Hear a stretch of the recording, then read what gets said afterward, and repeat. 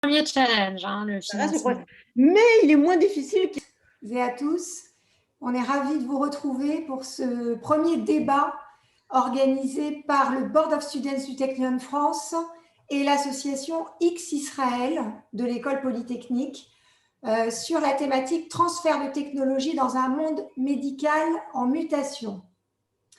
Alors, je vous redis en quelques mots ce qu'est ce Board of Students. C'est le premier panel interécole d'excellence en faveur de la promotion des liens entre les deux écosystèmes d'innovation français et israéliens. Il regroupe des étudiants d'écoles d'ingénieurs, de commerce, d'universités françaises et a pour mission de sensibiliser les leaders de demain aux avancées scientifiques, technologiques, entrepreneuriales. Nous organisons notamment des conférences sur des thématiques diverses en lien avec l'innovation responsable dans la quarantaine d'écoles représentées, ainsi que des voyages en Israël. Alors, une courte biographie des trois femmes qui nous font l'honneur de participer à ce débat ce soir autour de cette thématique. D'abord, Isabelle Pelletier-Bressac, bienvenue Isabelle, qui est fondatrice et PDG de la société Atleva, société de conseil en innovation pour les centres académiques de recherche et hospitaliers, et business développement pour les startups de biotechnologie et de dispositifs médicaux. Isabelle a auparavant dirigé durant 12 ans la filiale de transfert de technologie de l'Institut Gustave Roussy. Elle est juriste en droit du commerce international avec une double compétence droit français, droit suédois. Avec nous également Diana Bensour, cofondatrice et PDG de Nanocinex, une start-up medtech qui développe une solution disruptive pour le diagnostic de la résistance aux antibiotiques. C'est une entrepreneuse franco-israélienne passionnée de biotechnologie. Elle a créé l'entreprise en 2017 après avoir obtenu un MBA au Technion, au cours duquel elle a repéré des opportunités de transfert de technologie. Et Diane est également titulaire d'un master en gestion des affaires de l'EDEC. Florence Alouche nous fait le plaisir d'être avec nous ce soir également. Elle est fondatrice et présidente de Mirpharm Advisors. Elle est professeure à la faculté de pharmacie de Paris, docteur en pharmacie, diplômée de HEC Paris et de Sciences Po. Elle a travaillé dans l'industrie du diagnostic in vitro, puis a créé l'Office du transfert de technologie et des partenariats industriels de l'assistance publique Hôpitaux de Paris, qu'elle a dirigé pendant 16 ans. 1000 brevets déposés, 260 licences signées, 25 millions d'euros de redevances annuelles, 75 startups de biotech, medtech, diagnostic, e-health créées. En 2016, Florence a cofondé et a été présidente de Sparring Vision, une société de médicaments génomiques permettant de sauver la vue. Sparring Vision a levé 60 millions d'euros à ce jour et a été lauréate du programme européen EIC Accelerator et EIT Health garantissant un financement non dilutif de 2,5 millions d'euros. La validation clinique est prévue pour 2021. Alors, par définition, le transfert de technologie désigne le processus de transmission de connaissances issues de la recherche, en général sous la forme de brevets, à un centre de recherche public ou privé destiné à poursuivre ces recherches à des fins de développement industriel. Le but final est de transformer la recherche en innovation industrielle. Le transfert de technologie constitue une source de financement et de valorisation de la recherche. Un certain nombre de lois en France facilitent ou sont censées faciliter le transfert de technologie et la création d'entreprises. La loi Allègre, d'abord de 1999 sur l'innovation et la recherche, qui vise à rapprocher les universités et les entreprises en valorisant les travaux des chercheurs. La loi Pacte de 2019, qui avait pour objectif de lever les obstacles à la croissance des entreprises, de leur création à leur transmission, à la fois en facilitant les procédures administratives et les cessions de titres, entre autres, voyait son code de la recherche transformé afin de simplifier les règles s'appliquant aux fonctionnaires chercheurs lorsque ces derniers souhaitent participer à la création ou au développement d'entreprises du secteur privé. Alors, je sais également que Florence nous dira un mot des SAT, les sociétés d'accélération de transfert de technologie. Mesdames, je vous laisse la parole. Je donne la parole à Isabelle qui va animer ce débat. Et ce temps sera suivi d'un temps de questions-réponses avec les étudiants de l'école polytechnique notamment. N'hésitez pas à poser vos questions en direct également que nous relayerons. Isabelle, c'est à toi. Merci beaucoup. Merci pour cette invitation et je salue toutes les personnes qui assistent donc à ce webinaire. Donc, on va commencer par une présentation de Florence compte tenu de son parcours et notamment à la PHP, où elle va pouvoir à la fois nous faire une comparaison de ce qui se passe en France et de ce qui se passe en Israël pour pouvoir avoir une idée des différences et des similitudes du tech transfert dans le domaine de la santé. Voilà, donc je passe la parole à Florence. Merci, bonjour à tous, bonjour à toutes. Je suis ravie d'être avec vous aujourd'hui. D'abord parce que je voudrais remercier Ternion France d'organiser ce Board of Students, puisque je suis convaincue, malgré mes multiples activités, qu'il faut donner beaucoup de temps aux jeunes, à l'enseignement et surtout, vous le verrez, à l'interdisciplinarité. Je suis ravie de parler à des ingénieurs ce soir parce que je considère que, notamment dans le domaine de la santé et de l'innovation en santé, il n'y a qu'en travaillant en interdisciplinarité entre les sciences dures et les sciences un peu moins dures, et puis les scientifiques et puis les sachants en santé, qu'on pourra trouver de belles innovations. Et d'ailleurs, dans les licornes et dans les grandes startups qui marchent bien en ce moment, et on a regardé hier les boîtes comme Cardiologues ou toutes ces sociétés-là, c'est souvent porté par des ingénieurs de X d'ailleurs, qui avait été un des premiers endroits, il faut le rappeler, à monter un incubateur d'entreprise spécialement dédié aux étudiants d'X et en travaillant de façon très proche avec les hôpitaux d'ailleurs pour valider leurs résultats et avoir accès à des données médicales. Voilà, juste donc un petit point, je partage mon écran sur un tout petit slideshow pour pouvoir supporter un peu ce que je vais vous dire. Le transfert de technologie, moi tel que je l'entends, et c'est vraiment une chaîne de valeur. Quand on parle de transfert de technologie, on vient depuis la recherche académique. C'est un peu comme cette chaîne de fermiers africains là, où on prend la matière première qui est dans le sol pour l'amener de façon intelligente avec tous les intermédiaires jusqu'à un produit fini qui va être ici un produit d'alimentation. Mais pour nous qui travaillons dans la santé, les pharmaciens, les médecins, les ingénieurs, c'est très important de comprendre les besoins du patient qui sont vraiment au centre de toutes nos attentions, de les analyser, de caractériser les pathologies. Et c'est pour ça que ce n'est pas seulement des pharmaciens ou des médecins, mais c'est aussi des chercheurs dans les centres de recherche qui n'ont pas forcément l'accès aux patients, de comprendre, de modéliser. Et là, je fais un clin d'œil aux mathématiciens et aux ingénieurs, parce que c'est en modélisant, en faisant de la biostatistique, en faisant du data mining qu'on arrive à avancer. Et vous êtes tous au cœur de l'actualité pour comprendre que les derniers vaccins, je sais qu'il y avait une question des étudiants sur les vaccins Covid, mais la grande intelligence des derniers vaccins à ADN ou à ARN, c'est justement d'aller comprendre comment est structurée la protéine, et pour un vaccin à ADN, aller mettre le plasmide qui va coder justement pour que le corps puisse fabriquer des anticorps contre la protéine. Tout ça se fait évidemment avec un génie génétique et surtout un génie de modélisation. Donc vous comprenez à quel point comprendre les maladies, c'est aussi avoir une approche statistique, une approche d'analyse de data et d'intelligence artificielle importante. D'où ce pont que je fais de façon constante entre la recherche académique et les mathématiciens et les ingénieurs. Et puis tout ça, ça permet de développer des molécules et des dispositifs innovants et les valoriser. C'est ce que disait Valérie en introduction. C'est vraiment faire en sorte de ne pas avoir des bibliothèques de brevets, des tiroirs pleins d'innovations brevetées, si ce n'est qu'elles doivent être des vraies innovations, c'est-à-dire arriver à des produits, à des résultats significatifs qui vont vouloir dire quelque chose. C'est-à-dire qu'en essai clinique, eh bien, on va pouvoir valider que ça marche, soit un diagnostic, soit un traitement. Et ensuite, et là, c'est la couche ultime, c'est pour ça qu'on a de plus en plus d'étudiants d'ailleurs qui font des formations mixtes avec des écoles de commerce, c'est trouver un bon modèle commercial pour pouvoir faire en sorte que les patients aient accès à ces produits. Ce n'est pas tout d'avoir des belles idées, les breveter, de trouver comment les produire, mais si ensuite vous ne trouvez pas de modèle économique intéressant pour que des industriels les commercialisent, rien n'arrivera aux patients finalement. Donc vraiment, rompre les barrières, c'est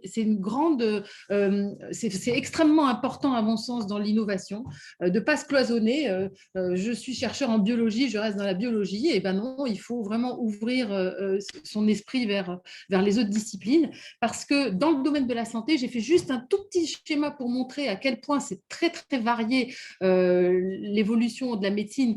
C'est-à-dire qu'on peut améliorer le confort des malades, mais on peut aussi trouver des médicaments et les repositionner dans une autre indication. On peut faire du dispositif médical, on peut adapter des posologies et on peut surtout faire cette intelligence des données qui est importante en accédant au big data, ou j'appelle plutôt le smart data dans le domaine de la santé, parce qu'on a aussi tout un contexte de l'historique de la maladie. Et puis, ça va permettre de développer énormément de pistes, aussi bien diagnostiques que des modèles prédictifs, et puis d'optimiser des candidats médicaments. Mais tout ça à une seule condition, c'est qu'on ait des brevets, et c'est vraiment la condition sine qua non. Et finalement, le transfert de technologie, je vous l'ai mis en une slide, c'est ça, c'est partir absolument sur de la propriété intellectuelle, et je m'excuse pour ceux qui sont très branchés sur l'open innovation. L'open innovation, c'est très très bien dans des domaines où on comprend l'open innovation. Dans le domaine de la santé, on reste encore dans un monde où les investisseurs sont très attachés à la propriété industrielle. Évidemment, le développement d'un médicament, c'est plusieurs centaines de millions de dollars, et vous n'allez pas développer et mettre autant d'argent sur un produit qui va être un MeToo, qui va être copié ensuite par un autre industriel. Il faut qu'il y ait quand même au moins 10 ans sur les 20 ans du brevet qui vont pouvoir permettre de rentabiliser tout cet effort de recherche et d'innovation. Donc, vous avez des fonds publics au démarrage qui vont financer tout ça dans les laboratoires de recherche, dans les équipes académiques. Et puis, tout de suite après, vous allez avoir ce relais qui va être pris soit par des fonds publics de maturation, et on dira un mot des SAT, ces nouvelles structures de transfert de technologie qui ont été créées, et puis surtout permettre la validation. Et la validation dans le domaine de la santé, il ne faut pas l'oublier, elle est très lourde puisqu'elle passe par les essais cliniques. Donc, c'est ce qu'on appelle cette preuve de concept, d'aller d'abord évidemment vérifier que la molécule ou le traitement n'est pas toxique, mais surtout qu'il est efficace.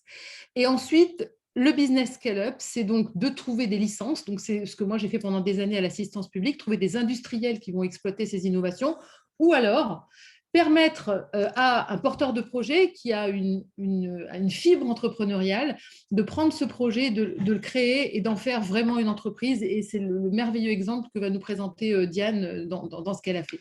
Donc, on est dans une situation internationale où il y a une vraie compétition sur l'innovation. Je vous ai mis ici le dernier classement des 31 systèmes de santé sur la qualité, leur science, la technologie, la viabilité budgétaire. Vous voyez que la France est classée en 28e position.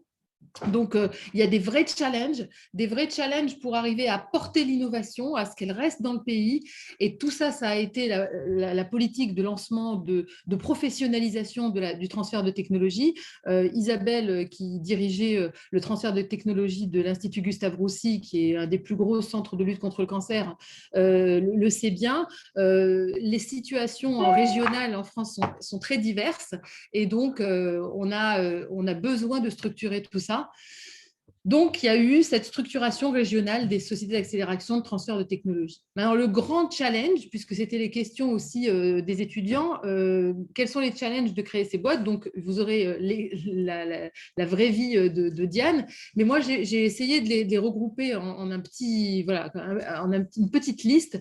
C'est que tout d'abord, quand on crée une entreprise, il faut absolument que ce soit reproductible, hein, ce que vous avez fait, et c'est souvent un challenge. On a souvent cette autoprophétie des chercheurs qui sont vraiment convaincus de leurs résultats, et évidemment, tout le monde doit obtenir les mêmes résultats. Or, ce n'est pas tout à fait le cas, et quand vous créez une entreprise, vos résultats doivent être reproductibles. Il faut être dans un environnement favorable, et on a la chance d'être avec le Ternion, et le Ternion est un des sites où le transfert de technologie est très actif, et Israël, de façon générale, est très développé sur le fait où chaque université, chaque centre de recherche a sa structure de transfert avec un lien avec un incubateur et des financeurs. Et donc ça, l'environnement est extrêmement important. D'ailleurs, BPI France avait pris l'exemple d'Israël sur la façon justement d'organiser le transfert de technologie. Ce qui est très important aussi quand on fait des projets en santé, c'est d'avoir le soutien des patients. On les met souvent à la fin, mais moi je les mets toujours au début, parce que je considère que les fondations d'accompagnement des patients, et surtout quand on traite des maladies rares, les associations sont très puissantes et elles aident énormément les entrepreneurs. Avoir accès à des registres pour faire des essais d'histoire naturelle de la maladie, c'est important. Et puis, l'argent. L'argent, c'est très important et on le verra, ça coûte très cher de développer des technologies et de faire des essais cliniques chez l'homme. Donc, il faut avoir ce réseau de l'amorçage jusqu'au fond plus large pour financer le développement. La propriété industrielle est très importante, le secret, la culture de la publication et puis aussi, surtout, la participation des fondateurs scientifiques au projet. Donc, on peut dire qu'il faut, it takes money to make money. Donc, c'est très, très dur de lever des fonds. Isabelle en parlera un peu, ça s'arrange. On a en France des outils comme BPI qui soutiennent énormément les entrepreneurs et notamment dans la crise qui vient de passer Covid avec un PGE qui a été quand même assez favorable pour les startups. Vous connaissez le mouvement de la French Tech qui fait partie vraiment de la dynamique française pour essayer de relancer tout cet écosystème de start-up. Et donc voilà, donc on a un vrai challenge à lever pour pouvoir développer des outils qui soient à la hauteur, en fin de compte, de nos attentes et puis permettre ce transfert de technologie de façon encore plus optimisée. Voilà, donc moi, j'ai présenté ma vision du transfert de technologie et pour l'avoir vécu au sein de la société que j'ai créée, le vrai challenge, c'est quand même d'avoir des bons résultats et puis surtout d'avoir une propriété intellectuelle fiable. Donc, on reste quand même toujours dans le domaine des biotechnologies et des medtech, très, très attentifs à la protection de l'innovation que vous pouvez avoir.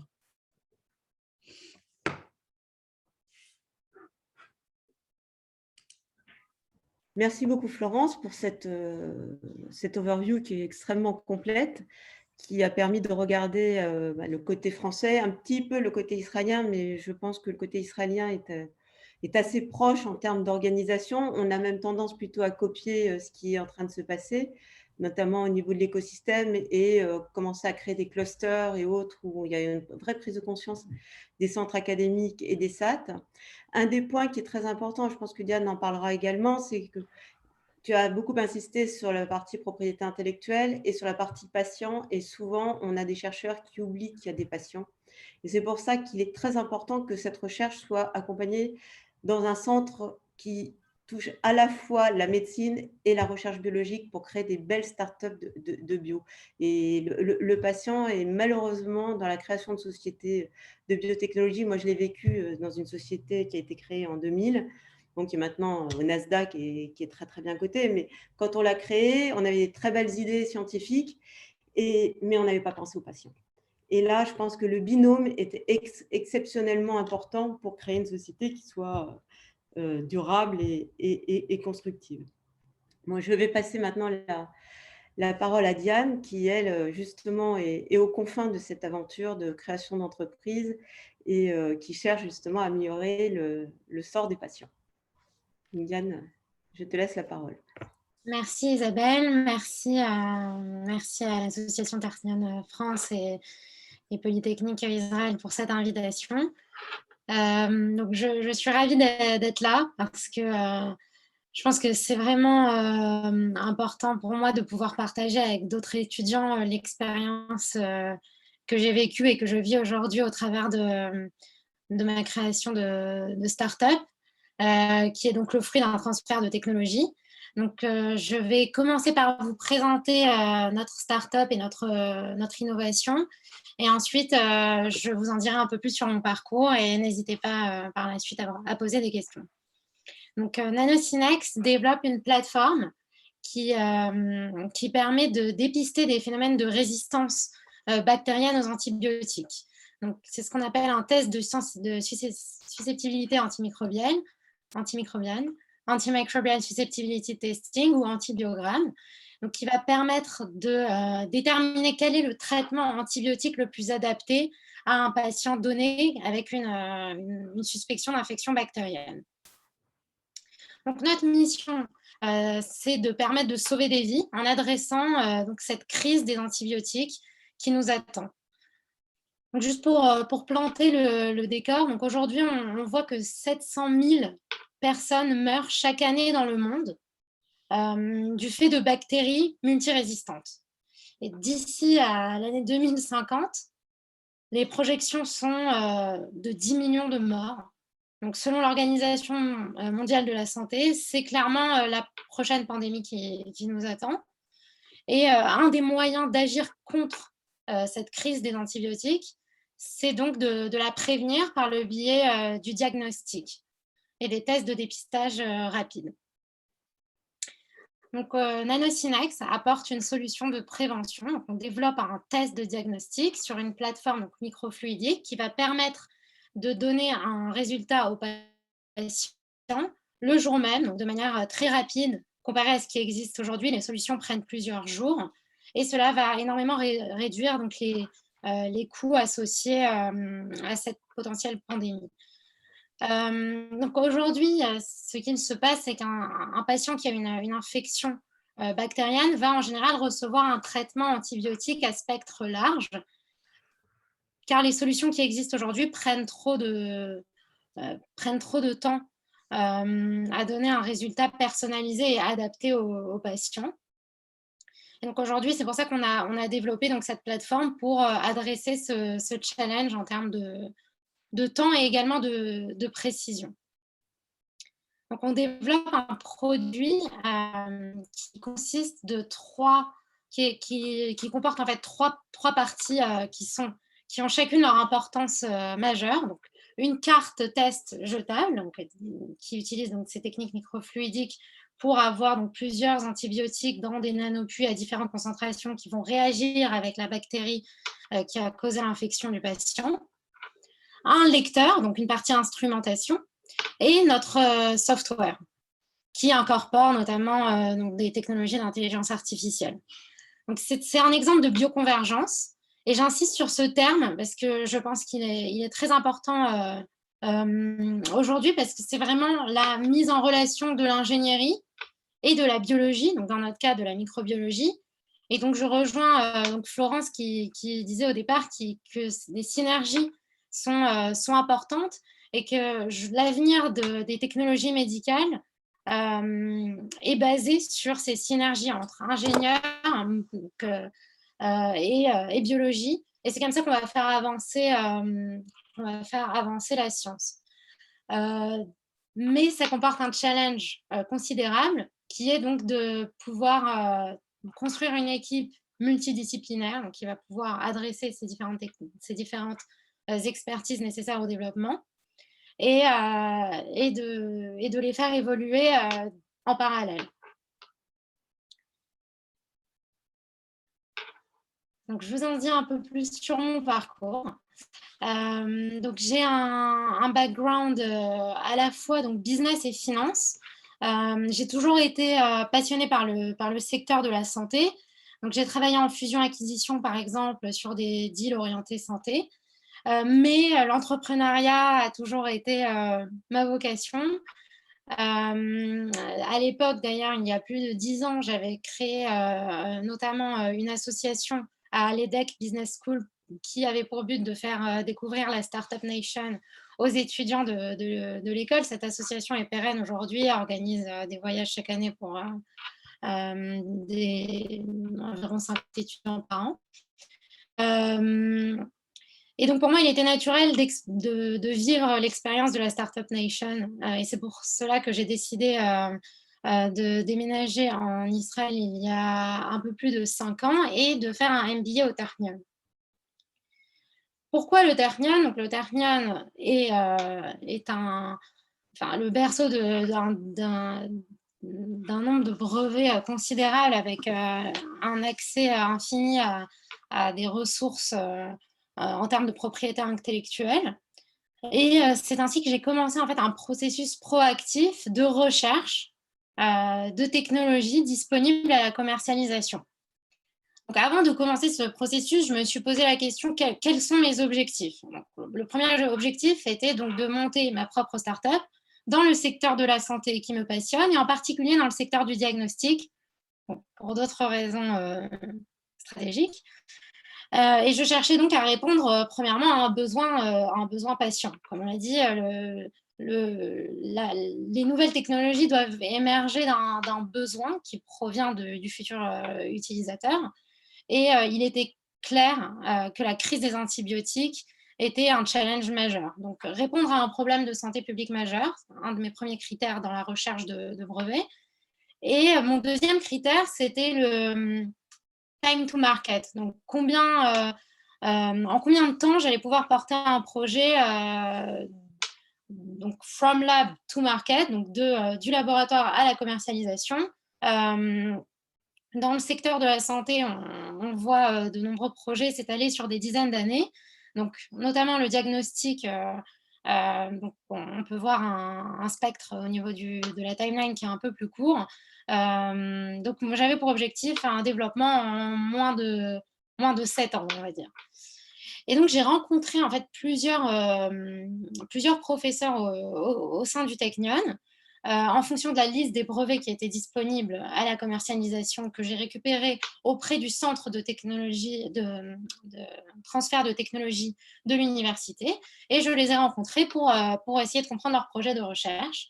Et donc, c'est comme ça qu'est né Nanocinex. Donc, c'est le fruit d'une rencontre entre le professeur Levenberg, donc la doyenne de la faculté d'ingénierie biomédicale du Technion, qui avait donc eu cette idée d'utiliser une puce microfluidique pour analyser le métabolisme bactérien et sa réaction face à plusieurs antibiotiques. Et ma compétence business, ainsi que celle de mon associé, donc, vous voyez sur cette slide, que j'ai rencontré au sein du MBA, qui a également un parcours business, mais orienté communication, qui a été journaliste dans le secteur santé au Brésil. Donc, voilà pour l'histoire de la création de Nanocinex. Je pense que c'est un bon case study, donc cas d'école, parce qu'on a on a rencontré plusieurs challenges qui ont été mentionnés, notamment par Florence. Donc, à savoir la recherche de financement pour amorcer l'aventure et financer le développement d'une preuve de concept sur base d'un premier brevet. La négociation d'une licence qui comprend les différents brevets qui nous intéressent pour composer un portfolio solide, qui nécessite un accompagnement juridique en termes de négociation qui est très lourd. Et encore une fois, je remercie Florence, que j'avais rencontrée à l'époque par chance, qui m'avait donné des conseils précieux par rapport à la négociation des termes. Donc, à savoir que l'université va souvent prendre des parts dans la boîte et également des royalties, donc des redevances sur les futures ventes du produit. Et le troisième challenge, donc, qui est vraiment l'engagement du chercheur, donc du PI de l'inventeur dans le développement, qui est clé au départ.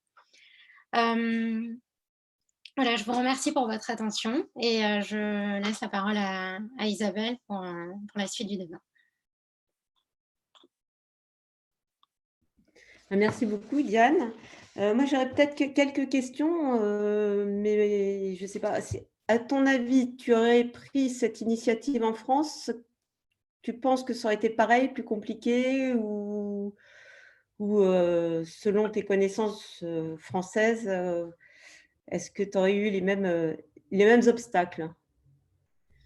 Alors, je pense qu'il y a un obstacle qui aurait été donc, plus présent en France, donc c'est celui en effet du financement. Je pense que l'écosystème israélien en termes de fonds early stage est certainement plus dynamique, et notamment un point que j'ai oublié de mentionner, c'est l'accélérateur du Technion, The Drive, qui nous a accueillis au départ, nous a permis notamment de rencontrer nos premiers investisseurs. Je sais qu'il y a de nombreux accélérateurs en France qui soutiennent également et les transferts de technologie et l'introduction à des investisseurs early stage, mais j'ai quand même un sentiment de dynamisme plus renforcé au sein de l'écosystème israélien.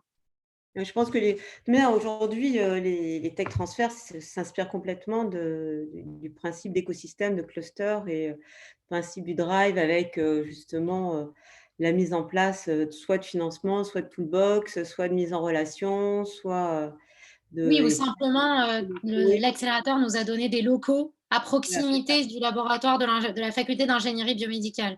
Ça a été clé pour nous pour le développement de notre instrument et tout ce qui était bacterial work au labo en parallèle. Donc, moi, il y a une chose aussi qui a attiré mon attention, et je pense que c'est un point qui est très, très important en tech transfert dans la création d'entreprise, c'est l'équipe. Et c'est la rencontre d'un chercheur et de quelqu'un du business. Et ce n'est pas forcément évident que ça marche. Et quand ça marche, ça fait des résultats phénoménaux. Et on parlait des problèmes d'investissement. Et souvent, l'investisseur investit autant sur la techno que sur l'équipe. Et c'est un point qu'il ne faut absolument pas négliger. Et le côté pluridisciplinaire prend toute sa valeur à ce niveau-là. Donc, et on oublie souvent que pour les investisseurs, l'équipe, c'est aussi clé, voire même parfois encore plus que la technologie. Donc voilà. Et ça, c'était une belle illustration de la rencontre avec le professeur qui est à l'origine de la technologie. Donc, et là, tu en es où au niveau du financement?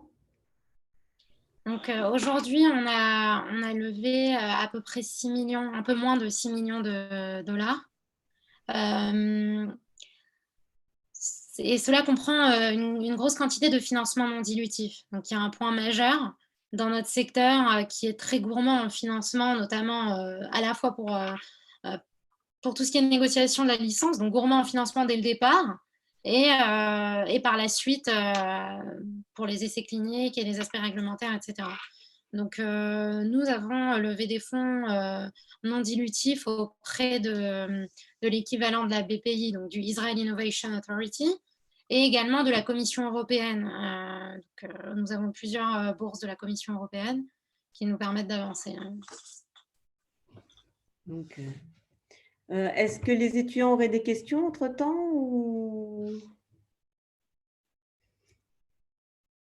Pour l'instant, pas vraiment. Mais... Dans un des développements que tu as mentionné, c'est qu'il y avait des brevets, mais tu avais une partie software. Et certes, les brevets, ce que disait Florence au départ, sont très, très importants. Mais on voit avec l'évolution justement de tout ce qui est big data, digital et autres, on a quand même un changement du transfert de technologie, notamment en santé, où on a de plus en plus de transferts dits de savoir-faire ou de méthodes ou de secrets. Et ça complique un tout petit peu le travail du tech transfert, mais ça n'empêche que c'est toujours très bien valorisable. Mais s'il y a un changement qui est en train de se produire à ce niveau-là, c'est avec tout ce qui est l'émanation des big data et des outils digitaux en santé. Donc, et là, il faut qu'on s'adapte parce qu'on a tellement l'habitude de travailler sur des brevets qui sont des titres très réglementés et très faciles à décrypter en termes de validité et autres. Là, on est plus sur un inconnu, mais bon, on va s'adapter en tant que tech transfert. Mais je trouve qu'en France, on n'est peut-être pas complètement prêt à créer des sociétés autour de la santé digitale. Sur la santé digitale, il y a quand même un enjeu supplémentaire par rapport aux enjeux dont je parlais tout à l'heure pour créer une société innovante en santé. C'est que justement, comme il n'y a pas de barrière à l'entrée et que c'est extrêmement difficile de protéger des approches digitales, il faut être le premier. Ce qui veut dire qu'il faut avoir convaincu suffisamment de partenaires, puisque c'est souvent des outils plateformes ou des outils qui sont utilisés dans le cadre de la recherche. Et donc, il faut être les premiers. Et du coup, le challenge est encore plus important pour les porteurs de projets qui créent des startups dans ce domaine-là.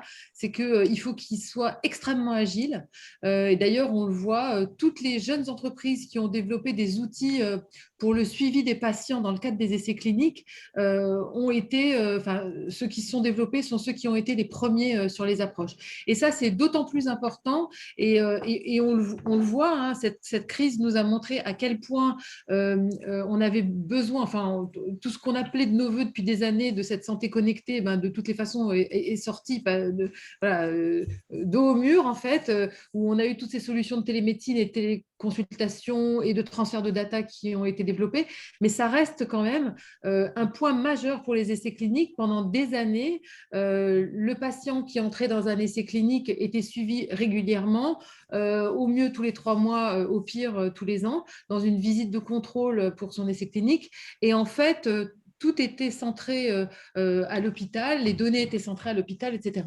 Maintenant, avec tous ces outils, l'avantage, et je trouve que c'est beaucoup plus intéressant pour les sociétés, c'est que les endpoints cliniques, donc comment dire, les objectifs qu'on s'était fixés dans l'essai clinique, eh bien, on les a corrélés avec ce qu'on appelle des patient reported outcomes, c'est-à-dire ce qu'on demande aux patients de faire une évaluation chaque jour du bien-être ou du bienfait qu'il reçoit de l'essai dans lequel il est, ou il reçoit peut-être le placebo, n'empêche que ça doit être évalué aussi. Et donc, on a fait un pas en avant où finalement, on est patient-centré. Et moi, je trouve que c'est très important parce que ça permet d'inclure les patients dans les essais cliniques et d'inclure aussi le ressenti des aidants, de tous les gens qui sont autour. Et ça permet d'avancer plus vite. Et ce que tu dis, Diane, sur la prochaine pandémie que va être la résistance aux antibiotiques, ça fait des années qu'on en parle, personne ne fait rien. Donc, je pense qu'on ne va pas attendre non plus d'être dos au mur pour que vite, on fabrique des nouveaux antibiotiques. Mais ça, c'est exactement quelque chose dans lequel on doit absolument inclure les patients parce que ces résistances antibiotiques sont dues en grande partie à un mésusage des antibiotiques, à une over-médication et quelque chose qui n'est pas forcément adapté. Et donc, si on peut avoir cette relation dans les suivis des patients qui sont sous antibiotiques, avec vraiment des plateformes où est-ce qu'il y a bien eu une observance de 8 jours, est-ce qu'on n'a pas arrêté le traitement en cours de route et du coup, on a fabriqué une sorte de petite résistance interne qui va continuer, est-ce que les hôpitaux utilisent les bonnes techniques puisque toutes les infections nosocomiales sont celles qui sont les plus résistantes aux antibiotiques. Donc tout ça, je pense que c'est des outils digitaux qui vont être vraiment des innovations et du coup, il n'y a pas de brevet là-dessus. Mais par contre, il y a du savoir-faire, il y a de l'intelligence, il y a du code et donc il va falloir vraiment qu'on réfléchisse à des nouvelles stratégies dans le domaine, je pense. Merci beaucoup. Est-ce que les étudiants ont des questions Alors moi, je vois une question. Oui, bonsoir, j'aurais une question. Oui. Voilà, on va peut-être donner la parole à Mayan qui représente l'association X Israël et qui avait une question, je crois, un peu généraliste. C'est ça, donc déjà, merci pour ce débat, c'était très intéressant. J'aurais une question pour Diane. Donc, que pensez-vous du rôle que vont jouer les startups dans le domaine de la santé, donc aujourd'hui et dans le futur? On a toujours besoin d'innovation, en particulier dans le domaine de la santé. Et je pense qu'il y a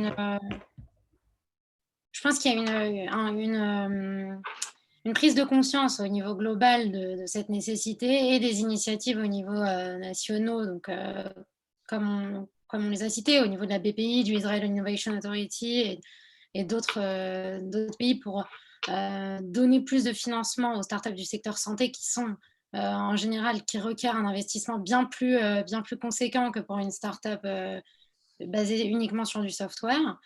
Donc, je pense que c'est encourageant et qu'en effet, les startups vont jouer un rôle majeur et elles le jouent déjà. Aujourd'hui, on a bien vu avec la crise du Covid le nombre d'initiatives qui ont été créées en un temps record, à la fois au niveau du développement des vaccins, mais je ne sais pas si on peut qualifier ça de start-up parce qu'il y avait quand même une base existante, mais au niveau de toutes les technologies à la fois de triage des patients donc sur base de données digitales uniquement ou les technologies de dépistage également qui ont été développées très rapidement. Moi, j'ajouterais une chose aussi à cette question, c'est que souvent, quand on a des technologies qui sortent de centres académiques, elles manquent de maturité, d'où les problèmes de financement de maturation. Et elles n'intéressent pas forcément les grands du secteur parce que justement, elles sont trop risquées ou autres.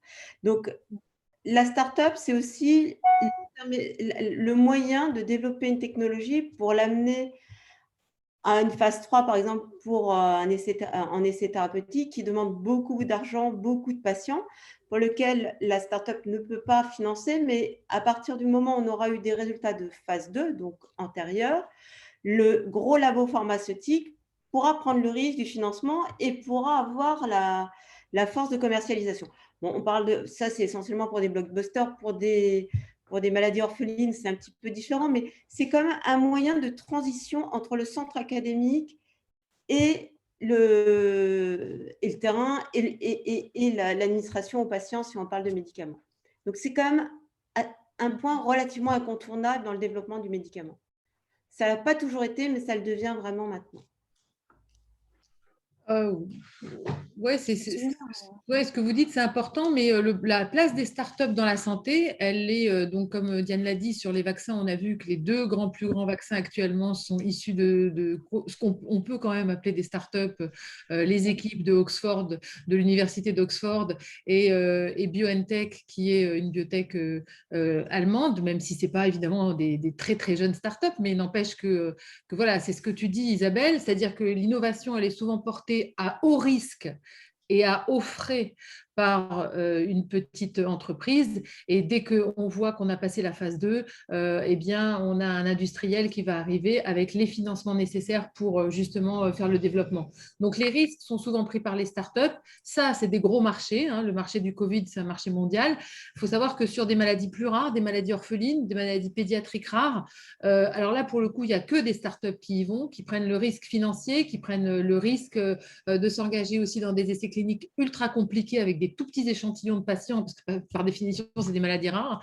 Et c'est bien longtemps après, du coup, qu'on voit arriver des fusions-acquisitions ou des financements complémentaires. Donc, les startups vraiment font le sale boulot, en fin de compte, de ce que ne veut pas faire forcément en innovation les grands laboratoires comme ils le faisaient avant. Et j'assume ce que je dis. Mais ce que ne peut pas faire non plus un centre académique dont ce n'est pas la vocation. Voilà, bien sûr, bien sûr. Les premiers essais de thérapie cellulaire sur le cœur portés par le professeur Ménaché, on est en 1999, en 2000. Il n'y a aucune société qui veut prendre le risque de le faire. Le premier essai clinique, c'est à l'assistance publique. On est dans les années 99, pareil. L'essai sur le lichen fragile, donc la pathologie SCID, est mené par le professeur Fischer-Hanecker. Il n'y a aucune entreprise qui veut prendre le risque de faire l'essai clinique. Donc, ce partenariat, on va dire, entre la recherche publique et le transfert vers des startups, c'est une des solutions pour que les malades aient accès au traitement. Et vraiment, on le voit, ça n'a pas été les gros labos qui ont pris les innovations à bras-le-corps dès le démarrage, quoi. On le voit aujourd'hui, là, récemment, avec l'acquisition, par exemple, des droits d'une start-up israélienne en oncologie, Beyond Biologics, par Sanofi. Je ne sais pas si vous pensiez à ça, Isabelle, quand vous parliez de… Il y en a plein des comme ça, il y en a énormément. Oui, c'est ça. Bon, juste étant donné qu'on on a eu la nouvelle majeure il y a un mois environ, bon, on voit que c'est un moyen de combler ce gap entre l'innovation et le patient. Pour le centre académique, c'est parce que le centre académique ne peut pas rester avec ces technologies et ne rien en faire, surtout quand elles sont prometteuses. Donc, c'est aussi vraiment le véhicule qui est en train de devenir plus important, je pense, que ça ne l'a été ces dernières années. C'est-à-dire qu'il y a vraiment une volonté, même gouvernementale, de créer beaucoup plus de sociétés qu'auparavant. Et puis, il y a plus de financement aussi. Il y a plus de financement non dilutif et de financement d'investisseurs privés comme des capitaux risqueurs qui, eux, ont beaucoup d'argent et cherchent des bons projets. Absolument. Ce qui n'était pas le cas il y a quelques années. Donc là, il y a beaucoup d'argent à dépenser dans le domaine de la santé. Absolument. Alexandra, tu avais une question? Oui, alors moi c'est une question, donc c'est de Déborah qui est sur Facebook et qui demande donc à Diane quels sont les défis auxquels vous faites face actuellement qui pourraient nous donner une idée des objectifs à court terme d'une start-up? Ok. Bon, le premier non, mais c'est une très bonne question. Le premier défi, encore et toujours, c'est la recherche de financement. Donc aujourd'hui, on essaye de lever un tour de table de 8 millions de dollars pour développer notre minimum viable product, donc le produit qu'on veut placer en essai clinique et lancer sur le marché. Aujourd'hui, on a un prototype intégré, mais qui n'est pas adapté à l'utilisateur final parce qu'il n'est pas encore upgradé en termes de… il a besoin d'un scale-up. On peut tester un certain nombre d'antibiotiques qu'on veut augmenter. On peut tester un certain nombre de patients dans notre lecteur qu'on veut augmenter également. Donc, on a plusieurs objectifs pour que la solution soit adaptée à l'utilisateur. Donc, on a un besoin de financement pour cette étape de recherche et développement manquante, puis pour le financement des essais cliniques. Et ensuite, la partie compliance aux aspects réglementaires. Désolée pour les mots en anglais au milieu. Donc, qui également demande des fonds et une expertise. Donc, ce challenge en premier lieu et également des challenges d'ordre développement, donc de recherche des bons partenaires pour le scale-up justement de notre lecteur. Voilà, pour donner un deuxième exemple.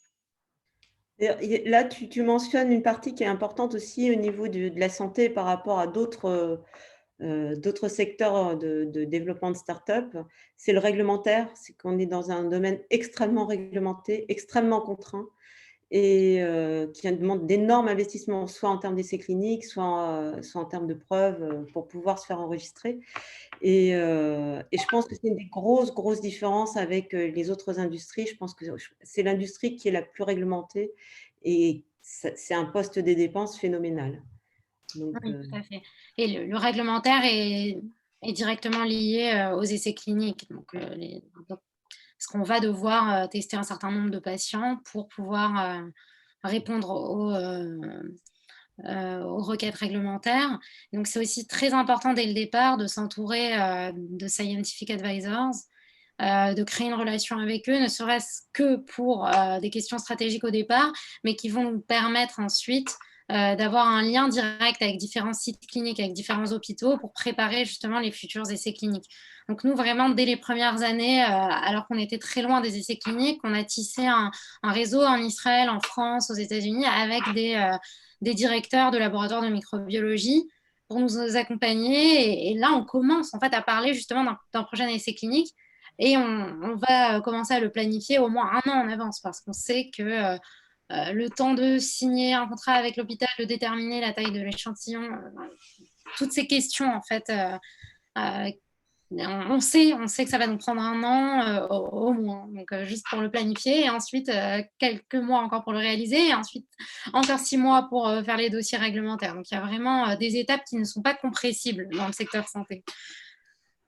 Moi, j'aimerais juste répondre à une question qui est arrivée sur le chat de Denis sur la partie il dit « Que pensez-vous que l'on puisse faire quand BPI ne propose rien ?» Alors, je vais vous proposer juste de partager mon écran et je vais vous montrer quelque chose. Voilà ce que propose BPI.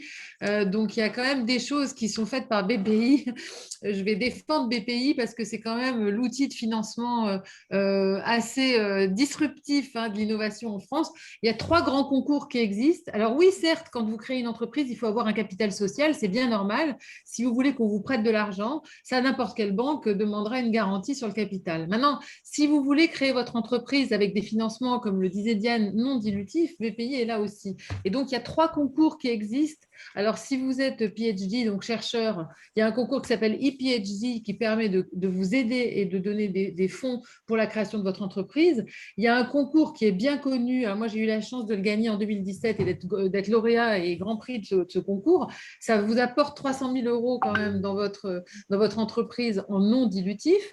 Et ça, c'est si vous faites un transfert de la recherche publique vers une entreprise avec un minimum de propriété industrielle. Et il y a maintenant un autre concours qui s'appelle le concours iNov, qui est là pour des sociétés un peu plus grandes et qui permet d'avoir des financements beaucoup plus importants. Chaque année, il y a une thématique particulière qui est décidée par le ministère de la Recherche avec BPI pour soutenir justement des filières ou des domaines particuliers. Donc, il y a beaucoup d'initiatives de BPI. Il y a évidemment des fonds qui sont prêtés et donc la garantie, c'est quand même que la société ait un capital, ça c'est vrai. Mais aussi, il y a beaucoup d'initiatives qui sont faites des concours. Et n'oubliez pas l'écosystème, on n'a pas eu le temps d'en parler trop, mais on l'a un peu abordé. On n'est pas en France, on est en Europe. Et donc, vous cherchez vos financements à l'Europe. Donc, à l'Europe, il y a deux grandes structures. Donc, la Commission européenne, qui est votre interlocuteur pour les appels à projets, avec le programme H2020 qui existe depuis quelques années, et spécialement pour les startups, donc les SMI, des Small and Medium Enterprises, un programme qui s'appelle l'EIC Accélérateur. Donc, Diane et moi-même avons eu la chance de bénéficier et d'avoir fait partie, c'est un concours très sélectif, je le rappelle, puisqu'il n'y a que 4% de succès. Donc, c'est quand même important. On a bénéficié toutes les deux de financements très importants, de 2,5 millions en financement non dilutif pour nos projets. Donc, ça, c'est des choses à pas oublier. Et l'EIT Elf, qui est aussi un réseau pan-européen dans lequel Israël est inclus également et qui permet de financer des projets d'innovation émergents de l'académie, etc. Donc, vraiment, renseignez-vous. Il y a des concours de start-up. Vous n'avez pas besoin d'avoir un apport. Il suffit que votre projet soit bon, que votre équipe soit bonne, votre business plan tienne la route. Et voilà. Et donc, en early stage même, je vois votre réponse. Oui, c'est compliqué d'entrer dans les cases. Et ben, on prend tous des chausse-pieds et on essaye de se mettre dans les cases comme il faut bien. Et c'est compliqué. Je dis pas que c'est simple, hein. Je dis pas qu'il y a une baguette magique et personne n'a la baguette magique, sinon ça serait top. Mais il faut y aller. Il faut surtout se faire entourer. N'hésitez pas à demander si vous avez un brevet, s'il vient de l'académique. Faites-vous entourer, faites appel au SAT, faites appel aux structures. S'il n'y a pas de SAT, aux structures, à INSERM Transfert travaillent très bien. Les gens des structures des centres de lutte contre le cancer travaillent très bien. Et allez dans les incubateurs d'entreprises, incubateurs publics comme Agoranov à Paris, comme Paris Biotech Santé, qui sont des incubateurs professionnels allègres. Et puis, il y a tout plein d'autres incubateurs, des startup studios, des Fab Labs, tout ce que vous voulez, qui accompagnent les entreprises. Et il ne faut pas rester seul. Voilà, c'est super compliqué d'entrer dans les cases, encore plus quand on est seul. Voilà, c'est mon message. Ouais, j'aimerais bien juste compléter ce qu'a dit Florence. Donc, pour l'IIC Accélérateur, donc il y avait à l'époque une bourse qui était plus facile d'accès, donc qui donnait 50 000 € en non dilutif pour des projets vraiment très, très early stage. Et donc aujourd'hui, je pense que l'IIT Health ou l'IIT en général a vraiment des projets qui sont adaptés à l'early stage. Donc, il faut vraiment regarder ça de plus près. Et à part ça, un autre point, vous pouvez également regarder, donc Denis, des programmes régionaux. Donc, nous, chez Nanocinex, on a créé une structure française également, Nanocinex France, qui va notamment supporter nos essais cliniques en France. Et on est incubé chez Semia à Strasbourg. Donc, encore une fois, je rejoins Florence, il y a énormément d'incubateurs et d'accélérateurs qui peuvent vous aider à rentrer dans les cases et à bien roder votre projet. Et ces financements régionaux, donc nous avons une bourse de 30 000 € pour démarrer, ne s'appuie sur aucun apport en fonds propres. Donc, vous pouvez également regarder dans cette direction. Et l'autre point mentionné, c'est tous ces projets ILAB et autres sont aussi des labellisations, des reconnaissances en termes de qualité de projet et autres. Donc, c'est aussi important non seulement d'avoir cet argent-là, mais également de les obtenir parce que ça permet après d'ouvrir d'autres portes. Ouais, je vois qu'il y a une question aussi de Salahedine. Alors, bonjour Salahedine, parce que je suis super contente, c'est un de mes étudiants de la fac de pharma. Donc, je suis très contente de le voir ici. Sa question, c'est la vision patient-centrée prenant de plus en plus de place dans l'innovation. Quelle est à ce jour la perception des industriels? Alors, oui, vous avez raison. Les industriels se positionnent beaucoup sur la position patient-centrée parce qu'ils ont besoin aussi de mettre dans leurs essais cliniques des patient-reported outcomes. Et ce que je dis, c'est valable pour tout le monde. Et puis, surtout, vous l'avez vu avec l'arrivée des génériques, la fidélisation, entre guillemets, des patients est extrêmement importante, puisque quand vous avez le choix de prendre une amoxicilline de 4 laboratoires différents, vous allez aller vers celui qui fait plus de pubs, celui qui est le plus proche des patients. Alors, quand c'est de l'amoxicilline, ce n'est pas grave, mais quand vous êtes diabétique et que vous prenez du glibenclamide ou je ne sais pas quel produit qui est un générique, eh bien, vous allez avoir des conseils sur votre diabète, etc. Et puis, vous allez être fidélisé. Regardez les campagnes de pub de Mylan, etc., où on essaye de fidéliser les patients parce que vous êtes un médicament générique, donc il vaut mieux qu'on achète votre marque. Donc, il y a cet aspect un peu marketing. Et puis, il y a l'aspect aussi très proche. Alors, pour les pharmaciens, c'est important. C'est-à-dire que l'éducation thérapeutique, le lien avec le pharmacien, c'est quelque chose qui est aussi développé par les labos. Et vous posez la question du parallèle avec les startups, c'est que les startups, elles le font aussi, mais dans un premier temps, juste quand même pour monter des dossiers pharmaceutiques et des dossiers réglementaires super importants. Il y a une question pour Diane. Je vous remercie pour cette conférence intéressante. Diane, j'ai noté que vous aviez une formation financière et non scientifique. Était-ce un frein pour convaincre vos interlocuteurs lors du transfert de tech, puis lors des levées de fonds? Ouais, c'est une très bonne question. D'ailleurs, je ne sais même pas pourquoi je ne l'ai pas mentionné dans mes challenges, parce que j'étais plus focalisée sur les challenges qui pouvaient parler à tout le monde, en fait, les challenges généraux. Mais à titre personnel, en effet, ça a été difficile pour moi d'apprendre et de me plonger dans ce monde de la microbiologie. Ça a pris du temps et beaucoup d'efforts pour essayer de comprendre tous les tenants et aboutissants du projet de recherche au départ et les différents brevets.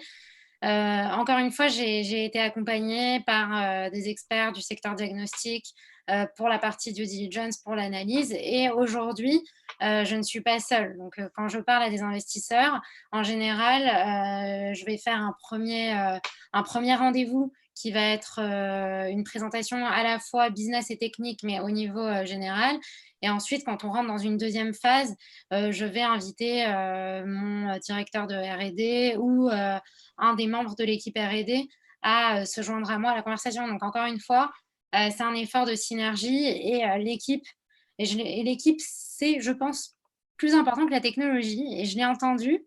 En fait, Isabelle, j'allais dire, je l'ai entendu plusieurs fois de la part d'investisseurs et de VC qui faisaient un top 3 des points les plus importants. Et donc, on a toujours équipe, technologie et potentiel du marché.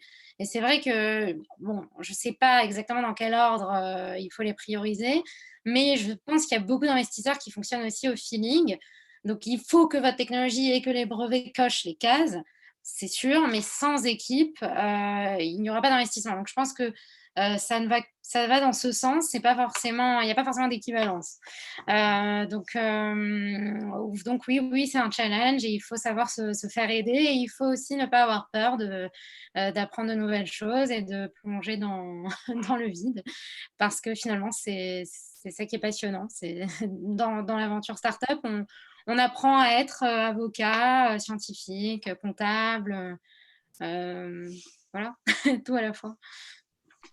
Et le fait, parce que je vois en France, c'est assez bon en ce qui me concerne, puisque moi je suis avocate de formation et donc pas scientifique, et c'est assez compliqué, même si on peut se pencher sur la science et il suffit d'un peu de curiosité et de bonnes explications et de se faire aider. Il y a quand même toujours une réticence de ne pas avoir en face de soi un scientifique. Est-ce que tu as ressenti ça en Israël ou pas? Oui, je l'ai ressenti en Israël aussi et je pense d'autant plus en Israël parce que la France accorde plus d'importance au diplôme business, finance. En Israël, c'est un second degree. Donc, il y a vraiment cette notion du start-upper israélien qui est soit ingénieur, soit scientifique au sens large.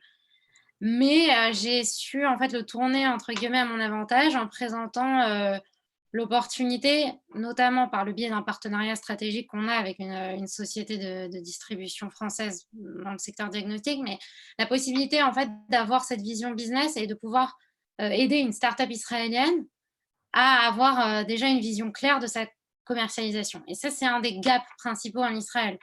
Des technologies sont excellentes, elles arrivent à un certain point de maturation et il n'y a pas forcément de go-to-market clair ou de canal de distribution.